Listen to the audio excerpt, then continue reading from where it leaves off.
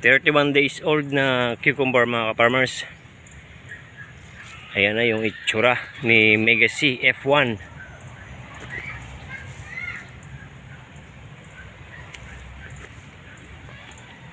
Pakain tayo ngayon dito. Dahil masikip na yung daan, hindi na tayo makapag-drenching. Side dress yung gagamitin nating pag-abono, ano? Kahapon nakapagpatubig tayo rito, basa yung lupa. Masikip na yung daan, hindi na tayo makadaan.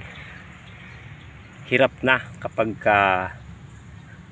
drenching yung gagawin natin, kaya pakita naman natin kung paano tayo mag side dress. Kasi may mga bunga na, ayan. Minsan may makikita ng ganyan, ano? Kaya may butas na ginawa. Ayun yung puno, isang dangkal yung pag-abono. Pag side dress, isang dangkal lang layo, ano? Hindi pwede rekta sa puno ang side dress kasi mamatay ang halaman pagka rekta. Kailangan basa yung lupa. Tamang paggamit ng side dress. Tamang pag-abono ng side dress. Ayan, may ginawa tayong butas. Naggawa na lang tayo ng butas. Malayo sa puno, ano? Isang dangkal mula sa puno. Yung paglagay ng abono. Abono natin ay triple 14 saka urea. Isang ganyan lang. Yan. No? Ingat sa paggamit ng side dress, ano? Nakakamatay ng halaman pagka hindi tama yung paglagay. Ganun lang kasimple. Binutasan natin bawat puno, malapit sa puno, isang dangkal ang layo, no? O mas malayo pa pwede. Ayun kasi yung puno. Hanggang dito yung abono na inilagay natin.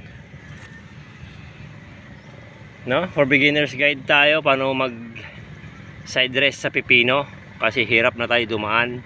May talong kasi tayo dito. Ay nako, pag may timba hirap na yan.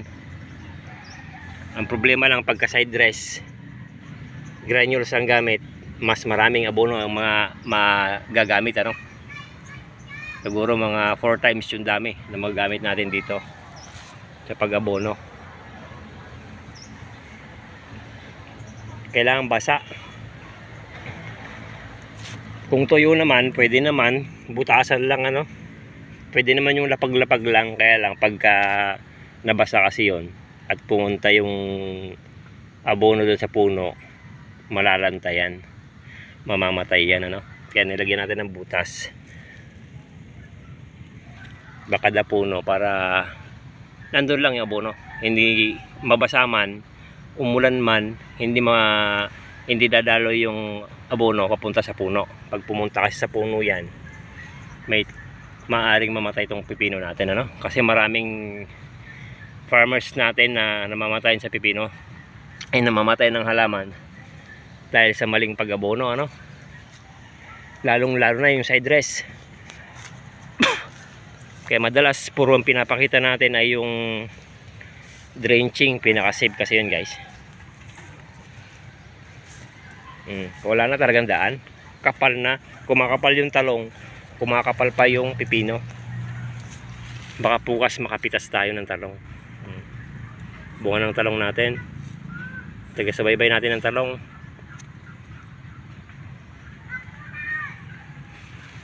No, yun yung gamit natin ngayon, side dress.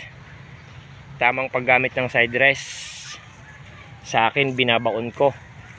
Gumagawa ako ng butas. Tapos mga kalahating kutsara yung kada butas, ano, kada puno. Wag na wag nyong ilalagay sa puno, ano? Hindi natin pwedeng irekta yung pag side dress, ano?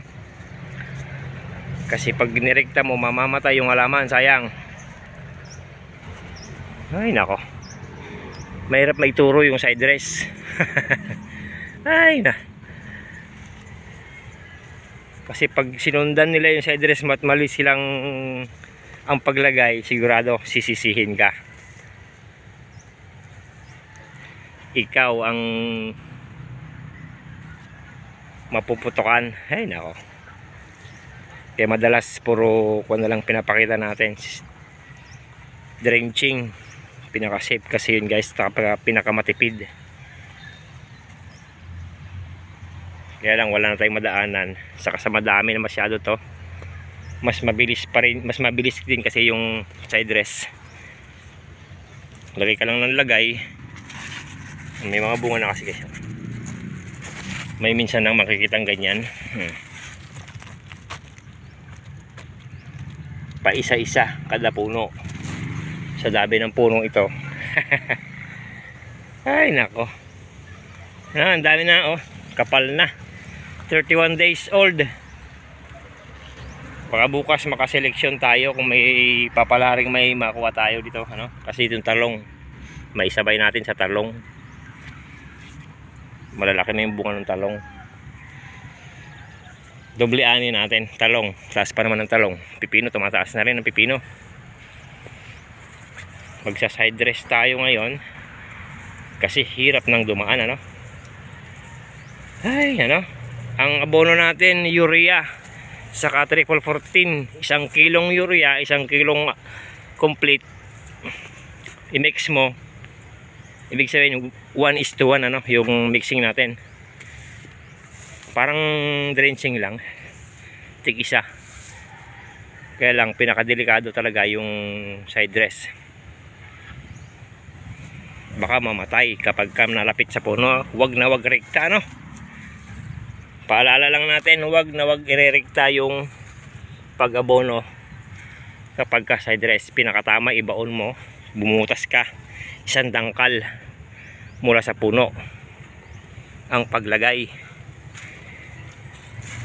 Mga kalating kutsara lang kada puno, ano? For beginners guide tayo.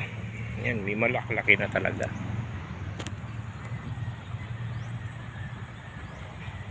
Sinampa natin yung kahapon kasi nga nagpatubig tayo, baka malunod. Ang ginagawa natin, nagpapatubig muna bago mag-abono, ano? Para mabilis matunaw yung abono, lalo ngayon walang ulan. Yan, may mga bunga talaga, hindi na maiwasan. Medyo tama tayo sa presyo, tapat tayo sa presyong maganda. Yearly naman. Pag ganitong panahon talaga, no? Maganda yung presyo ng pipino.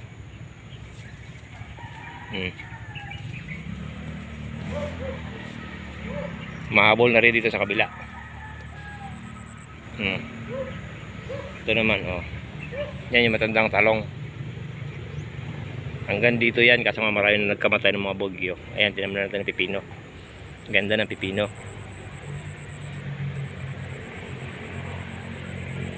Nga, beginners guide tayo. Paano yung tamang pag side dress sa pipino? Isang dangkal mula sa puno ang paglagay, ano? Wag na wag irerekta, kasi mainit yan. Patay ang halaman pagka inirekta mo sa puno. Abono, triple 14 saka urea, 1 kilo, 1 kilo. Mix mo mabuti, wala na talagang dano.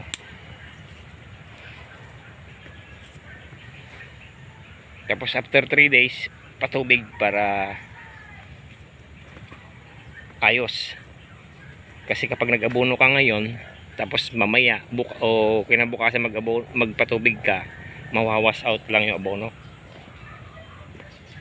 Kaya lang patubig muna bago mag-abono. Baliktad tayo. Ay nako, kasi ang patubig dito irrigation. Pero kung dilig-dilig lang, pwede na bukas, kinabukasan magpatubig, ano. Yung itsura ni cucumber. Mega CF1, 31 days old. May malalaki na bunga, ano. Mas maaga doon sa inaasahan natin na paglaki ng mga bunga, no? Paalala lang uli, ano. Ulit-ulitin natin. Ito yung puno, isang dangkal. Pwede mo tabunan para hindi sumingaw. Pag gantong basa naman, pero pag walang ulan yan, ibaon mo yung abono para mas mabilis yung pagtunaw.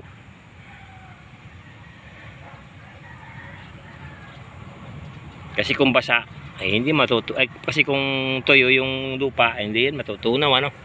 Hindi yan makukuha ng halaman. No? Side dress. Hindi tayo nag-drenching ngayon. Kaso malayo sa puno yung paglagay ng abono. No? Bagang ganun lang, guys. Kasi itutuloy ko pa tong bunuan ko. Wala tayong kasama ngayon. Yung partners natin may sideline. Mag-isa tayong mag-aabono ngayon. Yan. Ayun nga pala yung ginagamit kong pang butas. Bareta. Matagal-tagal din to. Thank you.